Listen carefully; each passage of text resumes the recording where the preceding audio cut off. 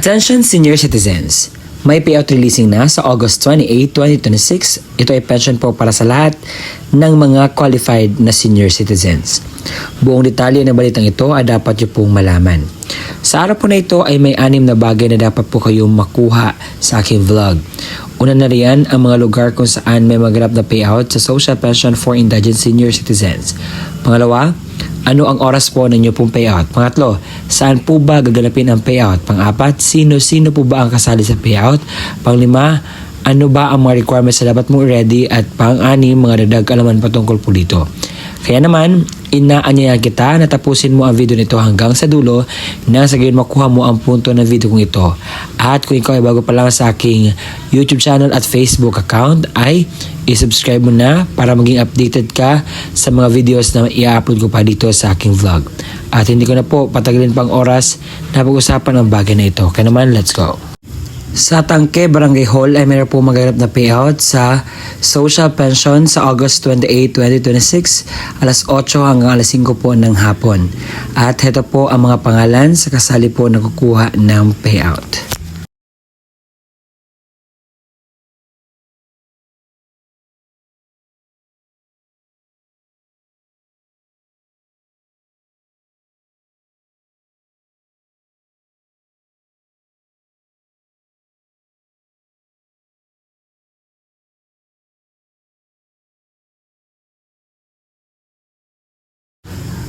Sa Cabancalan City ay mayroon po magaganap na payout sa social pension sa mga hindi pa po nakakuha sa alas 8 ng umaga sa Cabancalan City. Ito po ang mga pangalan.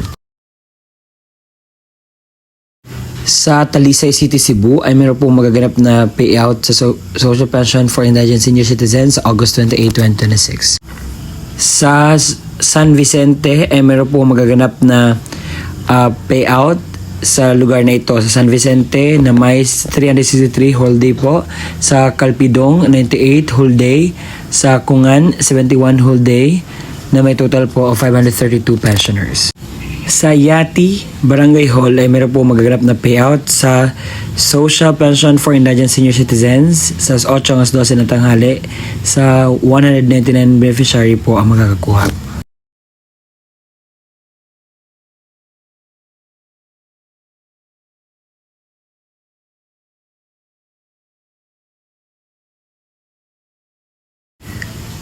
Sa Senior Citizens Building ng Barangay Tambilil ay meron po magaganap na payout sa social pension sa alas 8 ng umaga sa August 28, 2026 at ito po ang mga kasali na kukuha ng ayuda.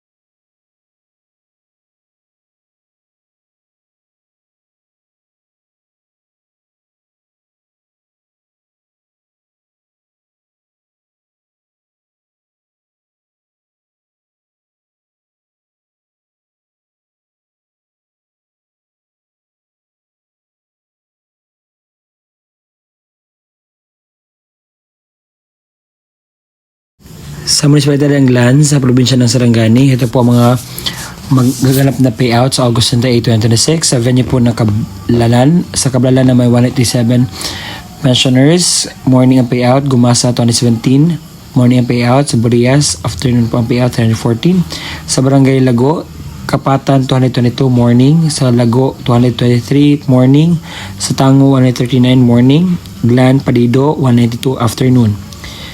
Sa Calabanit 629 whole day at yun po.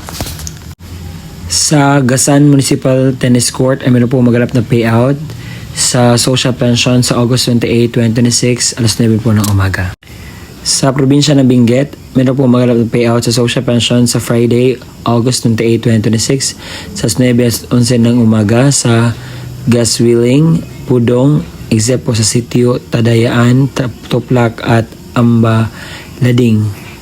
Ang venue po ay sa Barangay Hall ng Gaswiling, Kapangan, Benguet at Senior Citizens Building, Pudong, Kapangan, Benguet. Sa GVR Function Hall ay meron po magaganap na payout sa social pension sa August 28, 2026 alas 8:30 ng umaga. Sa Dumlog Gymnasium ay meron po maganap na payout sa social pension for indigent senior citizens sa August 28, 2026 sa 9 hanggang 6 po ng hapon.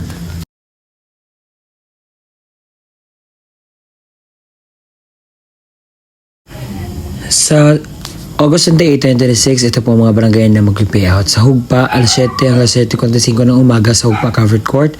Carnaga, sa alas 7:45 hanggang 8:30 ng umaga, Carnaga Covered Court. Kamansi, alas 8:30 hanggang 9:15 ng umaga sa Kamansi Covered Court.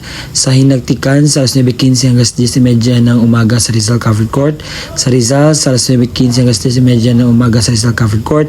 Mapgap, sa alas 9:15 hanggang 10:30 ng umaga sa Rizal Covered Court. Kawayan, sa alas 10:30 hanggang 11:30 ng umaga sa Kawayan Covered Court. Sa afternoon naman, ang Barangay Biasong Anluan, alas 2 hanggang 3 ng hapon sa Anluan Covered Court. Sa Maanyag, sa 3 hanggang 4 ng hapon sa Maanyag Covered Court. Laging tanong at tinatanong sa akin kung legit ba itong payout na sinasabi ko. Ang sagot po nito ay, oo naman po.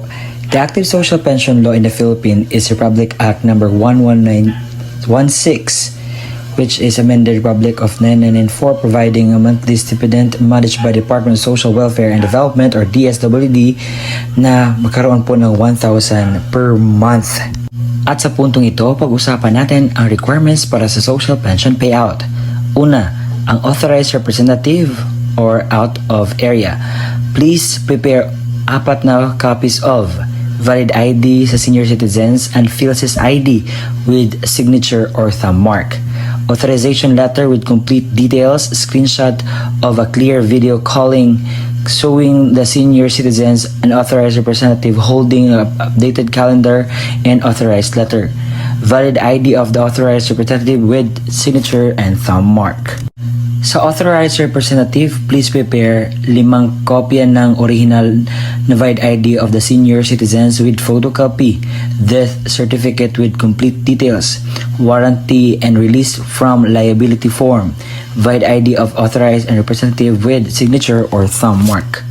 Kapag naman ang mismong senior citizens ang pupunta at kukuha sa pension niya, ito ang kinakailangan niyang i-ready.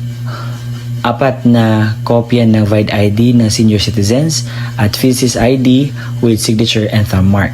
Ang authorized representative or bedridden, please prepare 4 na kopya ng original valid ID of the senior citizens and PhilSys ID with signature or thumb mark, authorization letter form, photo of senior citizens together with authorized representative holding an updated calendar, valid ID of authorized representative with signature or thumb mark.